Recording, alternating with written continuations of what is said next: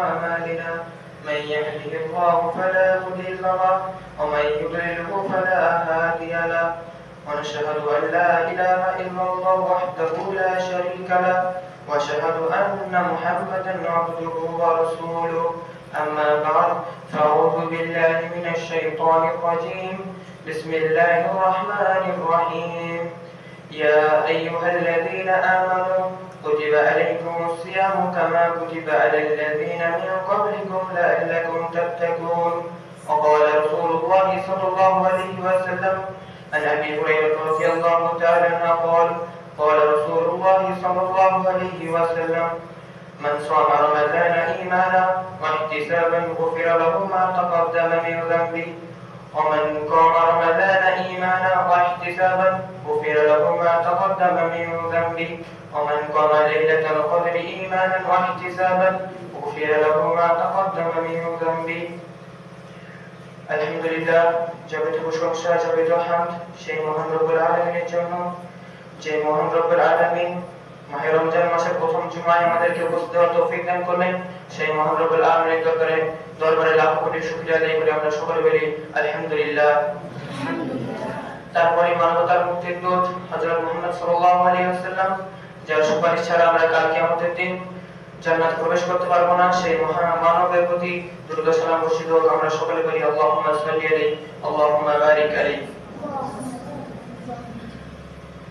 আজকে আমার জুমার খুতবার বিষয় আমরা কোন কোন আমল দ্বারা এই রমজান মাসটি অতিবাহিত করব।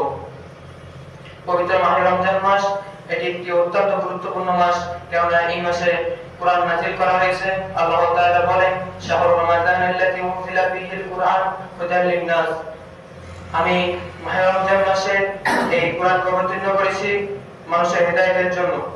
অতএব আয়াত থেকে বোঝা গেল যে আল্লাহ তাআলা এই পবিত্র মাহে রমজান মাসে কুরআন মাজিদকে নাযিল করেছেন মানুষের হিদায়াতের জন্য, এবং এই মাসেই আল্লাহ তাআলা জান্নাতের দরজাগুলিকে খুলে দেন এবং জাহান্নামের দরজাগুলিকে বন্ধ করে দেন এবং শয়তানকে শিকলবদ্ধ করা হয়।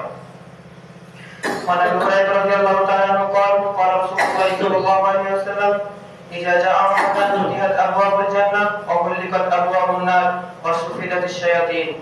আবু হুরায়রা রাদিয়াল্লাহু তাআলা হতে বর্ণিত তিনি বলেন রাসূল সাল্লাল্লাহু আলাইহি ওয়াসাল্লাম বলেছেন যখন রমজান মাস আসে তখন জান্নাতের দরজাগুলিকে খুলে দেওয়া হয় এবং জাহান্নামের দরজাগুলিকে বন্ধ করে দেওয়া হয় এবং শয়তানকে শিকলবদ্ধ করা হয়। অতএব হাদিস থেকে বুঝতে পারলাম যে পবিত্র মাহে রমজান মাসে জান্নাতের দরজাগুলিকে খুলে দেওয়া হয় এবং জাহান্নামের দরজাগুলিকে বন্ধ করে দেওয়া হয় এবং শয়তানকে শিকলবদ্ধ করা হয়। অতএব এই পবিত্র মাহে রমজান মাসে আমাদেরকে বেশি বেশি করে আমল করতে হবে, কারণ এই মাসে জান্নাতের দরজাগুলিকে খুলে দেওয়া হয়। রমজান মাস একটি অত্যন্ত গুরুত্বপূর্ণ মাস। রমজান মাস প্রথমত আমাদের কাজ হলো আমাদেরকে রমজান মাসে নিয়তকে ঠিক করতে হবে, কারণ রাসূল সাল্লাল্লাহু আলাইহি ওয়াসাল্লাম বলেছেন ইন্নামাল আমালু বিন্নিয়াত, নিশ্চয় প্রত্যেকটি কাজই নিয়তের উপর নির্ভরশীল। রমজান মাসে আমাদের দ্বিতীয় কাজ হলো আমাদেরকে সিয়াম পালন করতে হবে, কারণ সিয়ামকে আমাদের উপর ফরজ করা হয়েছে। কারণ আল্লাহ তাআলা বলেন ইয়া আইয়ুহাল্লাযীনা আমানু কুতিবা আলাইকুমুস সিয়ামু কামা কুতিবা আলাল্লাযীনা মিন ক্বাবলিকুম লাআল্লাকুম তাত্তাকুন।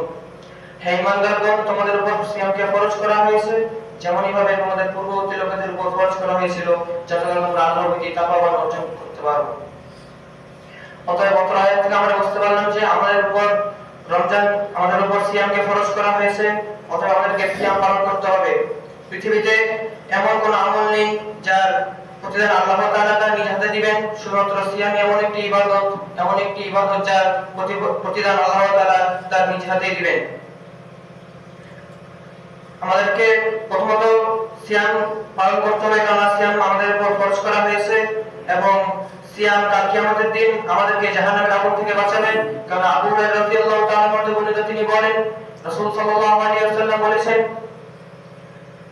আসিয়ামু জান্নাতুন ওয়া হিসনুন মিনান নার, সিয়াম হচ্ছে ঢাল স্বরূপ যা কিয়ামতের দিন আমাদেরকে জাহান্নামের আগুন থেকে বাঁচাবে।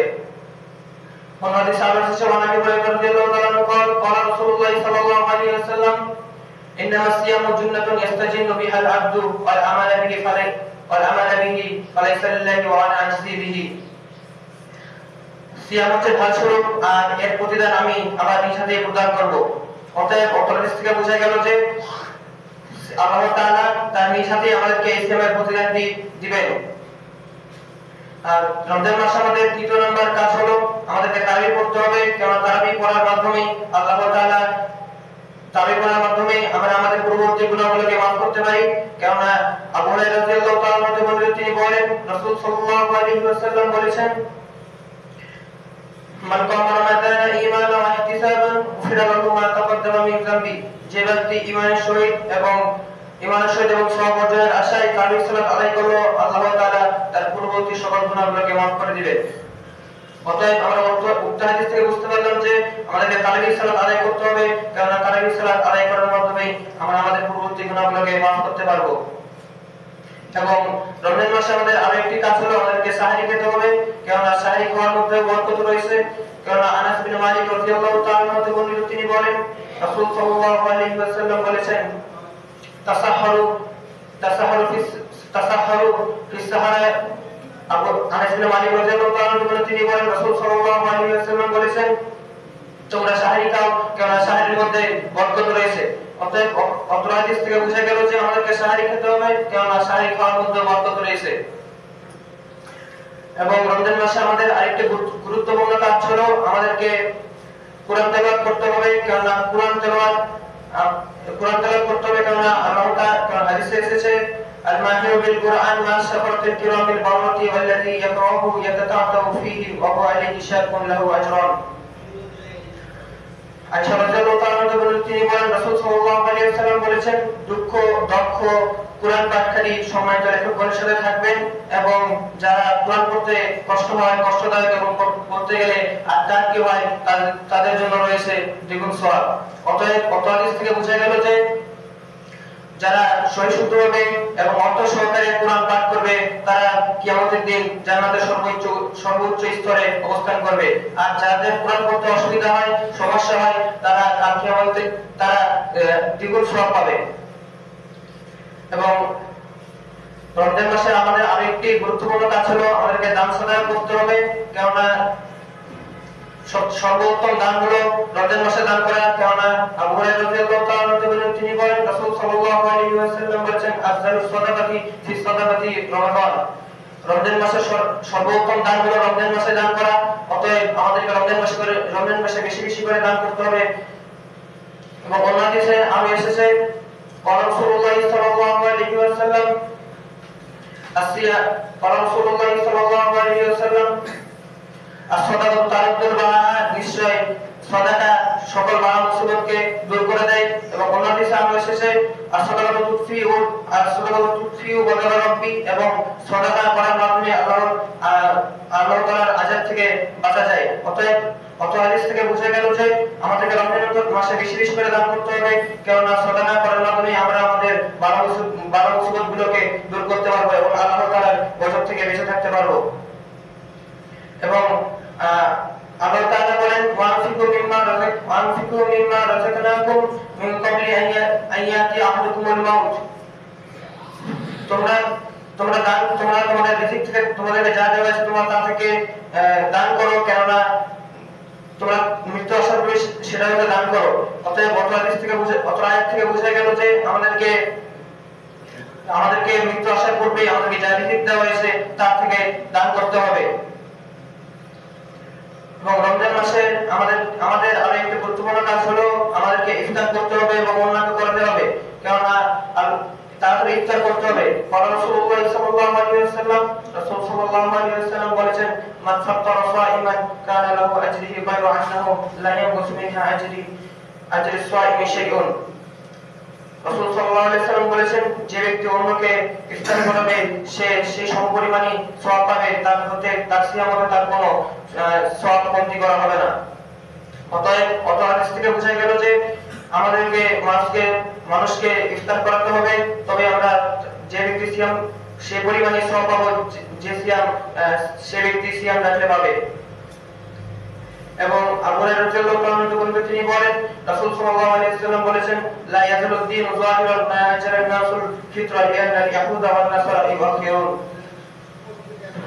আবু হুরায়রা রাদিয়াল্লাহু তাআলা তিনি বলেন, রাসূল সাল্লাল্লাহু আলাইহি ওয়াসাল্লাম বলেছেন, দিন ততদিন পর্যন্ত বিজয়ী থাকবে যতদিন পর্যন্ত মানুষ তাড়াতাড়ি ইফতার করবে। কেননা ইহুদিরা এবং নাসারাইরা দেরিতে ইফতার করে। অতএব অত্র হাদিস থেকে বোঝা গেল যে আমাদেরকে তাড়াতাড়ি ইফতার করতে হবে, কেননা আমাদের এলাকায় সমাজ অনেক লোক আছে যারা আজান দেওয়ার পর 2-4-5 মিনিট আরো দাঁড়ায়, যেন 2-4-5 মিনিট দাঁড়ায় তারপর ইফতার করে। অতএব আমাদেরকে এটা করা যাবে না, কেননা সেই ইফতার দেরিতে করলে সেটা ইহুদি এবং নাসারাইদের মতো হয়ে যাবে, কারণ তাদের সিয়াম হচ্ছে প্রত্যাখ্যিত। রমজান মাসে আমাদের আরো একটি গুরুত্বপূর্ণ কাজ হলো আমাদেরকে ফজরের পর সূর্যাস্ত পর্যন্ত মসজিদে বসে ইবাদত করা।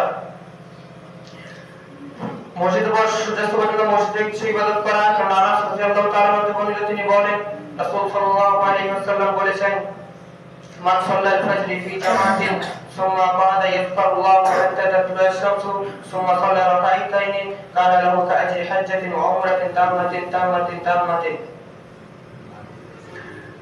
আনাস বিন মালিক রাদিয়াল্লাহু তাআলা তিনি বলেন রাসূল সাল্লাল্লাহু আলাইহি ওয়াসাল্লাম বলেছেন যে ব্যক্তি ফজরের পর ফজরের সালাত জামাতের সাথে আদায় করলো এবং সূর্য ওঠা পর্যন্ত মসজিদে বসে থাকলো এবং আল্লাহর জিকির করলো, সুম্মা সাল্লা রাকাতাইন, অতঃপর 2 রাকাত সালাত আদায় করলো, কান লাহু কা'আজরি হাজ্জাতিন ওয়া উমরাতিন তাম্মাতিন, সে পূর্ণ এক হজ পূর্ণ এক উমরা সম্পূর্ণ সওয়াব পেল। সুবহানাল্লাহ।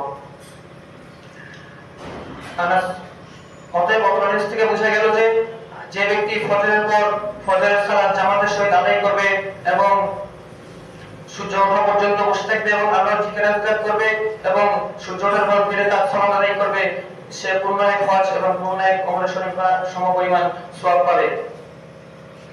রমজান মাসে আমাদের আরেকটি গুরুত্বপূর্ণ কাজ হলো কদর রাতের ইবাদত, কেননা আল্লাহ তাআলা এই কদর রাতে কুরআনকে অবতীর্ণ করেছেন। আল্লাহ তাআলা বলেন ইন্না আনজালনাহু ফি লাইলাতুল কদর, নিশ্চয় আমি কদর রাতে মহিমান্বিত কুরআনকে অবতীর্ণ করেছি। লাইলাতুল কদরি খায়রুম মিন আলফি শাহর, যা হচ্ছে হাজার মাসের চেয়ে উত্তম। তানাজ্জালুল মালাইকাতু ওয়া রূহ, জিবরাইল ফেরেশতা এখানে এই রহমতের রাতে অবতীর্ণ হন। ফিহা বিইذن রাব্বিহিম মিন কুল্লি আমর, তার প্রতিপালকের প্রত্যেক আদেশে সালামুন হিয়া হাত্তা মাতলাই ফাজ, আর এই রহমতটা বর্ষিত হয় ফজর উদিত হওয়া পর্যন্ত। অতএব অত্র আয়াত থেকে বোঝা গেল যে পবিত্র এই কুরআনুল কারীম কদরের রাতে অবতীর্ণ করা হয়েছে, কারণ আল্লাহ তাআলা বলেন ইন্না আনজালনাহু ফি লাইলাতুল কদর, নিশ্চয় আমি কুরআনকে লাইলাতুল কদরের রাতে অবতীর্ণ করেছি এবং এই রাতেই হলো হাজার মাসের চেয়ে উত্তম। আর হাদিসে আছে ওয়া আবু হুরায়রা রাদিয়াল্লাহু তাআলা قال قال رسول الله صلى الله عليه وسلم من قام ليلة القدر إيمانا واحتسابا غفر له ما تقدم من ذنبه, যে ব্যক্তি ঈমানের সহিত এবং সওয়াবের আশায় কদর রাতে যাপন করলো, আল্লাহ তাআলা তার পূর্ববর্তী সকল গুনাহগুলোকে মাফ করে দিবেন। অতএব অত্র হাদিস থেকে আমরা বুঝতে পারলাম যে যে ব্যক্তি কদর রাতে আল্লাহর ইবাদত করবে, আল্লাহ তাআলা তার পূর্ববর্তী সকল গুনাহগুলোকে মাফ করে দিবেন। রমজান মাসে আমাদের আরো একটি গুরুত্বপূর্ণ কাজ হলো আমাদেরকে রমজান মাসে বেশি বেশি করে কল্যাণমূলক কাজ করতে হবে এবং অপকর্ম থেকে বেঁচে থাকতে হবে, কেননা রমজান মাসে প্রত্যেক রাতে এক ফেরেশতা এসে এই ঘোষণা দেন যে ইয়া বাগিয়াল খায়রি আকসির ওয়া ইয়া বাগিয়াশ শাররি, ইয়া বাগিয়াল খায়রি আকবির ওয়া ইয়া বাগিয়াশ শাররি আকসির ওয়ালিল্লাহি উতাকাউ মিনান নারি ওয়া যালিকা কুল্লু লাইলাতিন। প্রত্যেক রাতে ফেরেশতা সেই ঘোষণা দেন যে ইয়া বাগিয়াল খায়রি, হে কল্যাণমূলক কাজকারী, তুমি তোমার কল্যাণমূলক কাজকে বাড়িয়ে দাও, ওয়া বাগিয়াশ শাররি আকসির, হে মন্দ কর্মকারী, তুমি তোমার মন্দ কাজকে কমিয়ে দাও, ওয়ালিল্লাহি উতাকাউ মিনান নার, কারণ আল্লাহ তাআলা জাহান্নাম থেকে মানুষকে মুক্ত করেন, ওয়ালিযালিকা কুল্লু লাইলাতিন, আর এটা প্রত্যেক রাতেই হয়ে থাকে। অতএব অত্র হাদিস থেকে বোঝা গেল যে আমাদেরকে রমজান মাসে বেশি বেশি করে কল্যাণমূলক